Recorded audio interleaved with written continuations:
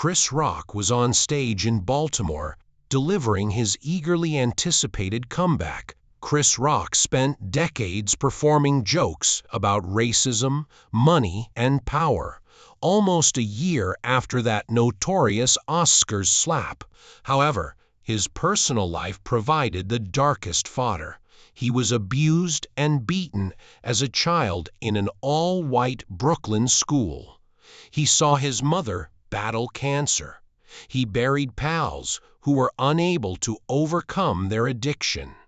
And a diagnosis at age 55 explained years of suffering by revealing something about his brain. He referred to his own accomplishments as a sort of curse. Quietly, the man who had made America laugh was losing it. Furthermore, his narrative is more complex than any headline ever could convey. Chris Rock was born on February 7, 1965, in Andrews, South Carolina, the second of 7 children. His environment was formed by hard times, long hours, and parents who wouldn't let hardship break them. Julius, his father, made around $300 a week delivering newspapers while driving a truck, and the entire family had to be carried by that sum. Thus, every decision made at home required thorough preparation. In an attempt to find Julius more stable employment in the city, Chris's parents relocated to Brooklyn's Crown Heights when he was still a little child. Everything changed with the transfer. Chris was struck early by the commotion, the throng, and the street tension.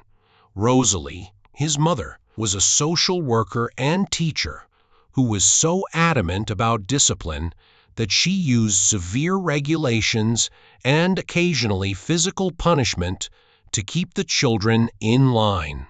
Julius wished for his kids to comprehend labor. Chris was assisting with newspaper deliveries before school by the time he was 8 years old. He learned the feeling of duty from those mornings, and as he matured, that sensation persisted. His parents thought that a better education would help him succeed, so they moved to Bedford Street in Brooklyn when he was 6. As a result, he attended schools in predominantly white areas like Gerritsen Beach. He stood out in every classroom from the first week and was busted across town every morning. Being the only black student in many of his courses, he was subjected to bullying and insults that began in the 2nd grade and continued to worsen. He was shoved, beaten, and called derogatory things by children, but no one intervened to defend him. He had become accustomed to the beatings by the time he got to high school. He added later that it was like living in a long, agonizing tunnel. He claimed in interviews that those years were similar to the Shawshank Redemption's loneliness. On certain days, he questioned how he would survive. The weight got to be too much. He therefore dropped out of school in the 10th grade and went on to acquire his JED. The wounds from those years were later linked to a nonverbal learning disorder diagnosis, something that increased his difficulties and made it harder for him to detect social cues. Nevertheless, the sharpness that would characterize his theatrical voice was chiseled out by all that anguish. Something changed when I was 12 years old. He chose to mimic Fats Waller after competing in a local talent event. He had low expectations. All he wanted to do was do something that gave him a sense of life. He felt a lift when the crowd responded. That day, he won $20, and a seed was sown in that instant that he carried with him everywhere. Nevertheless, the beatings, the bus journeys, and the insults persisted. He did, however, find some tiny solace in humor. He protected himself by making jokes. At times, That shield was the only thing that kept him upright. Teachers, acquaintances, and even local children began to notice that he had the ability to make others laugh in a genuine way. He felt he had something strong within of him after winning that talent event. And gradually he started to envision a future in which microphones and stages would replace hallways where he had to keep an eye on his back. He gave his first authentic stand-up performance at Catch a Rising Star in New York City in 1984, the year he turned 19.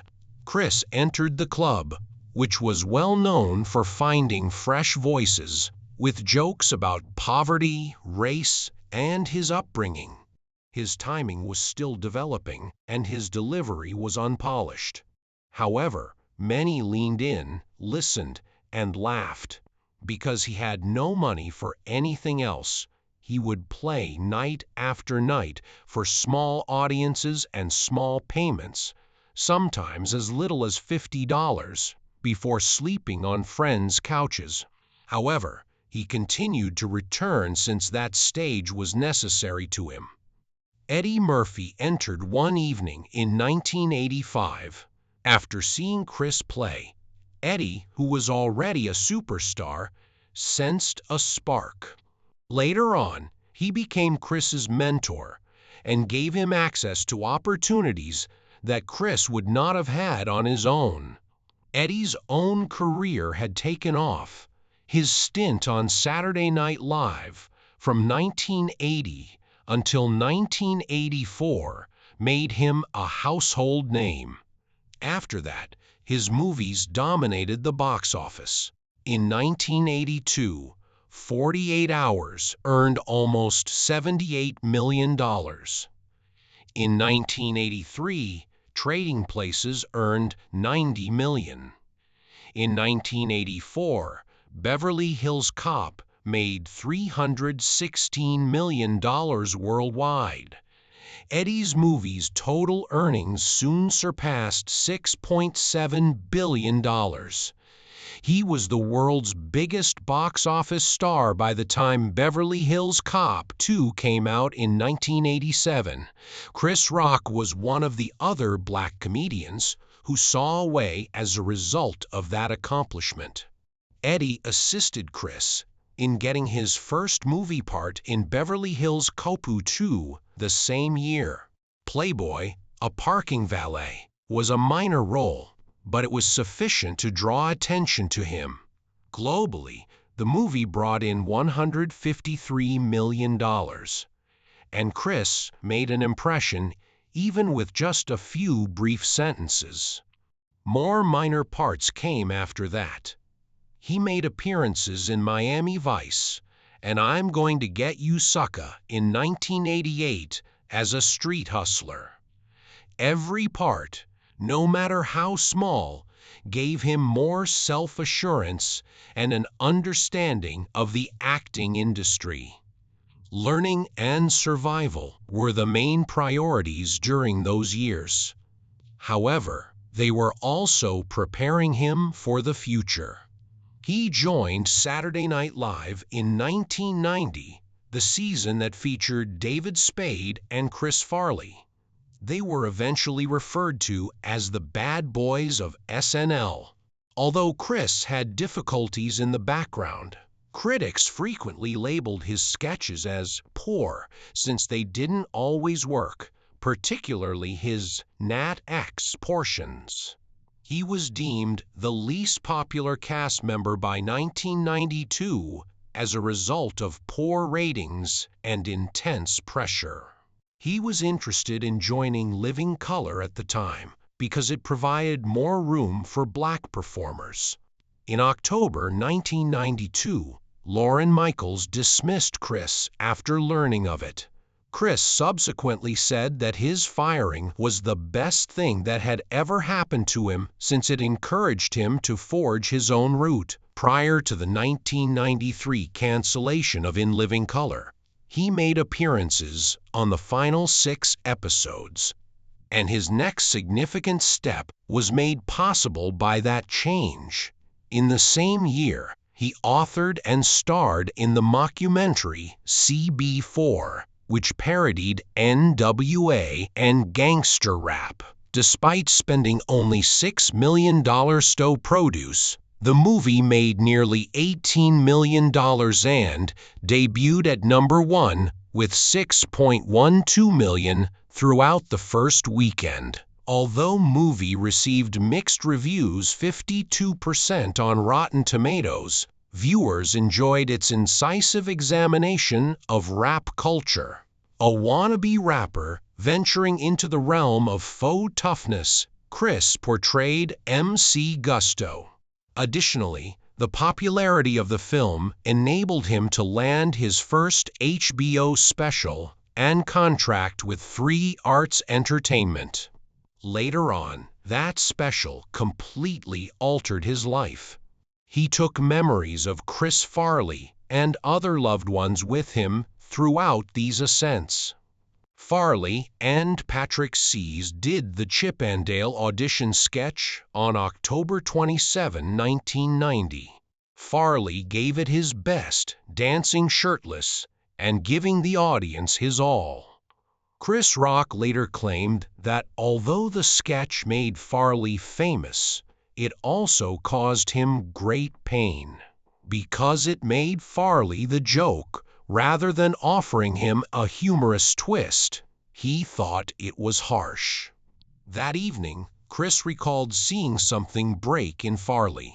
Chris also claimed to have seen death in Farley's eyes the final time they met, after he passed away from an overdose in 1997.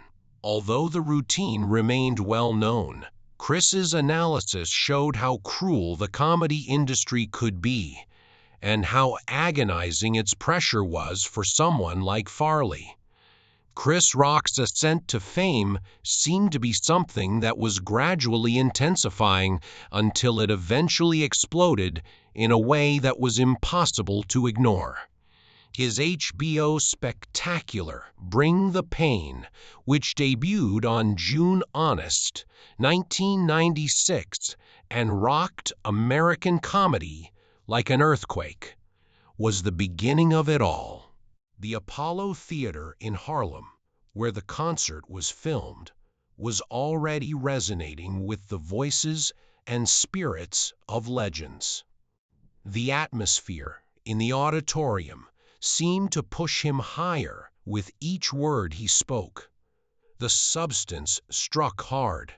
People leaned forward as he spoke fearlessly about relationships, politics, race, and the O.J. Simpson trial. When he declared, "Black people think O.J. is innocent," the nation and the crowd both erupted.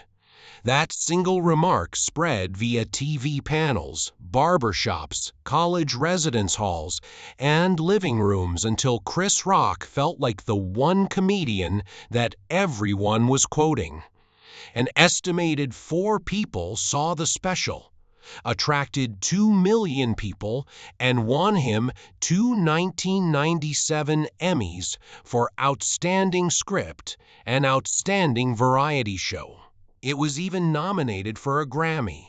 He quickly transformed from a budding comedian to a force that changed the definition of stand-up. Additionally, because the Apollo Theater was designed for innovations, it reinforced that moment. The Apollo has been the center of Black entertainment since Ella Fitzgerald, James Brown, and Stevie Wonder took the stage there in the 1930s. Therefore, history was on Rock's shoulders when he walked out there in 1996 to perform for roughly 1,500 people in a sold-out room. Before he could finish his first speech, his name was being yelled by fans, with the type of strength that only an audience that feels heard and understood can muster.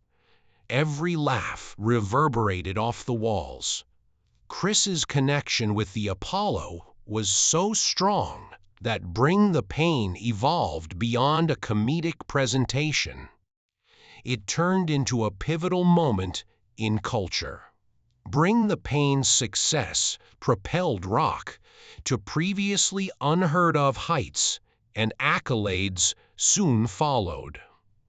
After he won 2 Primetime Emmy Awards for the special in 1997, the comedy business finally acknowledged that humor could be both intelligent and witty.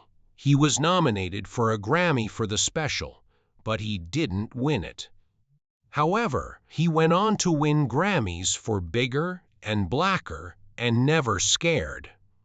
The realization gave him access to opportunities he had only imagined. All of a sudden, he was hosting important awards ceremonies like the MTV Video Music Awards and the Billboard Music Awards. With the same assurance he brought to his stand-up, he seized the opportunity those engagements offered him to perform on a new platform. He made fun of singers and presenters at the 1996 Billboard show until the audience couldn't stop laughing. He improvised his way through the MTV VMAs the next year, pushing the jokes even farther. His reputation as an unexpected, fearless, and entirely unique person was shaped by his performances. HBO then presented him with something much more significant. When The Chris Rock Show debuted in 1997, it unexpectedly brought him into late-night television. The program combined comedy, music, celebrity interviews, and sketches in a quick, daring, and frequently contentious manner. The program, which ran from 1997 to 2000, won 4 Emmys and featured Oprah Winfrey, Puff Daddy, and DMX as guests. As the show's presenter, writer, and executive producer, Rock became into one of the most powerful voices in American entertainment. He also tried concepts there that influenced his other works, such as Everybody Hates Chris. Audiences reacted favorably to the novel blend of comedy, music, and social criticism. The vibe was much more intense when Rock returned to the Apollo in 1999 to film Bigger and Blacker. The theater was packed with over 2,000 people who chanted his name as though they already knew they were seeing something significant. The special delivered too. He spoke more loudly and passionately than Bring the Pain about gun violence, the impeachment of Clinton, and the insanity of American life. The special received a Grammy for Best Comedy Album and was nominated for another Emmy. It seemed as though Rock had intensified everything from the first special, demonstrating once more his ability to make people laugh while provoking thought. Then, through animation, he became famous in a different way. Rock, who provided the voice of Marty the Zebra in Madagascar in 2005, said, "I like to move it quickly," became a catchphrase. Rock later remarked that it was the easiest payment he had ever received because the moment was captured in just a few takes. The film made $532 million worldwide, making it an enormous hit. Rock's spontaneous remarks even influenced the sequels and marketing, and Marty's personality became one of the most adored aspects of the series. That same year, he returned to live action with Adam Sandler in The Longest Yard. With a $82 million budget, the film made $191.5 million worldwide after opening with $47.6 million. He received the BET Comedy Award for Outstanding Supporting Actor for his performance. His and Sandler's connection held viewers' attention, and the movie went on to become MTV Films' highest-grossing release for a long time. For Rock, it demonstrated that he could perform humor both on stage and in major motion pictures. However, there was Head of State in 2003, prior to Madagascar, and The Longest Yard. He wrote, directed, and starred in the film. When it was released on March 28, 2003, it generated $68 million worldwide and debuted at #1. The movie parodied politics in a way that seemed avant-garde, especially as it was reminiscent of Jesse Jackson's campaigns. Many people viewed Rock's film in a different light when Barack Obama entered the presidential race 5 years later. Despite receiving mixed reviews from reviewers, the movie was a smash with moviegoers and demonstrated that Rock could steer a film while still influencing its message. Another stage became available for him in 2005. He brought excitement to the 77th Academy Awards that had not been witnessed in years. He made a scathing remark about Jude Law in his opening speech, which made headlines the next morning. Despite a minor decline from the previous year, the show's 41.5 million viewers made it the highest-rated Oscars in 4 years. Critics complimented his ability to blend charm and edge, calling his hosting a much-needed pick-me-up. The performance garnered him an Emmy nomination, demonstrating his ability to command the largest stage in the world. His sitcom, Everybody Hates Chris, debuted on UPN later that year. With 7.6 million viewers, the first episode outperformed NBC's Joey and became one of the season's best debuts. The program broadcast 88 episodes over 4 seasons and took home several NABCP Image Awards. Its authenticity, humor, and familiarity kept audiences interested. Chris Rock was more than just the show's producer. He used his own early experiences to mold its voice. And through reruns and syndication, such genuineness helped the show endure long after its initial run. The 88th Academy Awards followed, a night that was characterized by the Oscars' so-called white controversy. Rock was under tremendous pressure because all 20 of the acting nominees were Caucasian. In his opening address, he posed the question, "Is Hollywood racist?" and responded, "You're damn right." His comedy was so cutting that it split the room in two. Because he addressed the subject head-on rather than skirting it, several critics dubbed the performance a masterpiece. Rock's refusal to modulate his voice made the show one of the most talked-about Oscars in recent memory, despite an 8% decline in ratings. Behind the scenes, his influence continued to grow. From 1998 to 2002, he served as executive producer of The Hueys, assisting in the direction of the 89 episodes. Later, from 2012 to 2013, he appeared on W's show Totally Biased, Camo Bell. These endeavors demonstrated his passion for elevating fresh voices and influencing comedy for the upcoming generation. Rock was more than just a performer. He made room for others to ascend. And when he joined Broadway in The With the Hat in 2011, he entered a whole new universe. In an intensely emotional piece, Rock portrayed Ralph, a recovering addict, opposite Bobby Cannavale, His portrayal was acclaimed by critics for being nuanced and honest, and he was nominated for a Tony Award for Best Featured Actor. The show, which ran for several months, demonstrated his ability to handle both a dramatic and comedic stage. The ascent of Chris Rock via stand-up has always seemed like a difficult journey, and he managed to transform the heat into something sharper with each stride.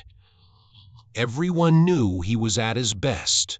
Therefore, there was constant pressure in the room as he recorded Never Scared at Day Constitution Hall in March 2004. A month later, the special debuted on HBO and quickly spread throughout popular culture like an unquenchable flame. Because of the honesty of his comments, which cut through everything, he won an Emmy and gained international recognition.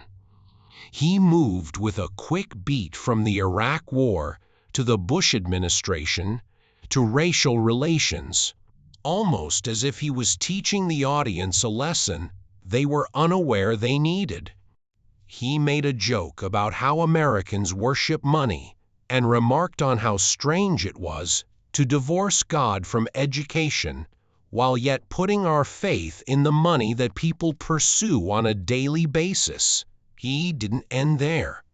He pursued the racial income disparity, drug laws, and hypocrisy. Shaq is rich, but the white man who signs his check is wealthy, he added, and the place changed. People who had never seen the special were reached by the long line. He also recorded parts of it in Johannesburg and London, demonstrating the extent of his reach. He earned a Grammy for Best Comedy Album with Never Scared, which was praised for being brutally honest and unvarnished. It subtly established a new benchmark for political humor and was frequently cited as one of the most significant stand-up specials of the 2000s. After 4 years, he took the stage once more, then again and again. In order to give the 2008 special Kill the Messenger a global feel, footage was taken at the Apollo Theater in New York, the Carling Apollo Hammersmith in London, and the Carnival City Casino in Johannesburg. It debuted on his 5th and last HBO special, aired on September 27, 2008. Because he didn't hold anything back, it won 2 Emmys. Everything was up for scrutiny, including the 2008 presidential contest, growing gas costs, and the last years of the Bush government. He touched the boundary between novelty and terrible truth with his quips about Barack Obama's candidacy, blending curiosity and reality. The show's format combined personal tales with incisive societal analysis, giving the audience the impression that they were walking beside him. Behind it was a major globe tour. He spoke to over 581 people and gave 141 performances across 8 nations. The special elevated him to the status of a worldwide icon and was characterized as victorious and fearless. There was a long gap after that. 10 years passed until he and Tambourine made a comeback on February 14, 2018. It was his comeback to stand-up and was streamed on Netflix.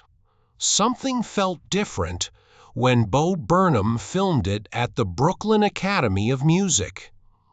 Even if the jokes were still witty, they carried a silent burden. He discussed his adultery. He discussed addiction to porn. He discussed the errors that caused his marriage to fall apart. People were taken aback by the vulnerability. The special was one of the most popular stand-up shows on Netflix, with over 20 million viewers. Rotten Tomatoes gave it a perfect score, and critics gave it high marks. People described it as his most illuminating special, combining personal reality with politics in a way that drew the audience in rather than alienating them. Due to Tambourine's success, many comedians were able to share their personal issues via streaming services, transforming humor into a medium that simultaneously conveyed truth and confession. A new cast was added to play the younger roles, and Terry Crews and Tachina Arnold made a comeback as Julius and Rochelle. The 20-episode series was produced by Chris Rock Enterprises and CBS Studios. On May 7, 2025, the first 10 episodes were broadcast on Paramount+. Crews and Arnold were essential to the plot, so Rock and the showrunner insisted on keeping them. Both new and returning fans commended the resurrection for its humor and friendliness. As part of the build-up to the 50th anniversary, he made a comeback to Saturday Night Live in late 2024, hosting it for the 46th time. He interrupted a tour group and gave absurdly false information about the show in a promotional video that was made public on December 11. He joked that Tupac was shot on the SNL stage, stated that Lorne Michaels was Haitian, claimed that SNL debuted in 1942, and argued that David Spade was only in the cast for 3 days because a llama bit him. Adam Sandler appeared briefly, and the entire video went viral, increasing viewership and serving as a reminder that Rock has been associated with SNL since 1990. However, there were shadows that molded him behind all these prominent events. Only a few months after having ulcer surgery, his father, Julius, passed away in November 1988 at the age of 55. Chris was in the early stages of his stand-up career at the age of 23, and the loss deeply affected him. In order to support 8 children, his father worked 2 jobs, driving trucks and delivering newspapers. Rock claimed the tragedy led him to mature quickly and caused him to wonder why he was going through all of life's hardships. It altered his perspective on emotion and accountability. Tragic events occurred once more in February 2006. Years later. Charles Liddell Rock, his older half-brother, battled addiction for decades before passing away at the age of 52 while homeless in a shelter. Chris didn't talk much about it because it was so personal and traumatic. However, the stark division that life can create within a single family was demonstrated by the contrast between his celebrity and his brother's sorrow. Another setback came from the comedy industry in 1997. On December 18 of that year, Chris Farley overdosed on speedballs, the same drug that murdered John Belushi. Farley, who had spent 17 times in recovery, was unable to break free from the cycle. When Rock last saw him, he recalled that he sensed something wasn't right. Rock was reminded of the dark side of comedy when Farley's brother discovered him in his Chicago apartment wearing pajama bottoms. There was also upheaval in his own life. After nearly 20 years of marriage, he and Malak Compton Rock formalized their divorce in August 2016. He dubbed it sexual autism and acknowledged infidelity and an addiction to pornography. He attempted to attribute his infidelity to the burden of being the breadwinner. Everything was made more difficult by the custody dispute over their daughters and a third child in Tomby. The settlement was difficult, because his net worth at the time was close to $70 million. The public backlash forced him to make a painful reset, but the specifics remained confidential. Rose, his mother, fought cancer at Sloan Kettering during all of this. He met with his divorce lawyer on the same street where she was receiving treatment. He mentioned a detail that made the entire place feel cursed. At his New Jersey home, he took care of her, praying for her to get better and struggling with the desire to put an end to her misery. He carried the emotional burden even after she survived. His early years left scars of their own. While attending an all-white school in Brooklyn, he experienced sexual abuse and bullying. He described the encounter as rapish. He had to spend years in treatment, working 7 days a week, to undo the damage caused by the trauma that followed him into adulthood. He claimed that even after he rose to fame, the bullying left him feeling unworthy of love or success. The Oscars followed. At 8:27 p.m. on March 27, 2022, Will Smith entered the stage at the 94th Academy Awards and gave him a slap in front of 15 million people. Rock had joked about the alopecia of Jada Pinkett Smith. In a matter of seconds, the moment went viral on social media. Beginning on April 8, 2022, Smith was banned by the Academy for 10 years. The slap persisted long after the night was over, even after Smith expressed regret and resigned from the Academy. Rock then disclosed something personal. At the age of 55, he was diagnosed with a nonverbal learning disability that affected his spatial awareness and social cues. Testing resulted from a friend's suggestion that he might have Asperger's.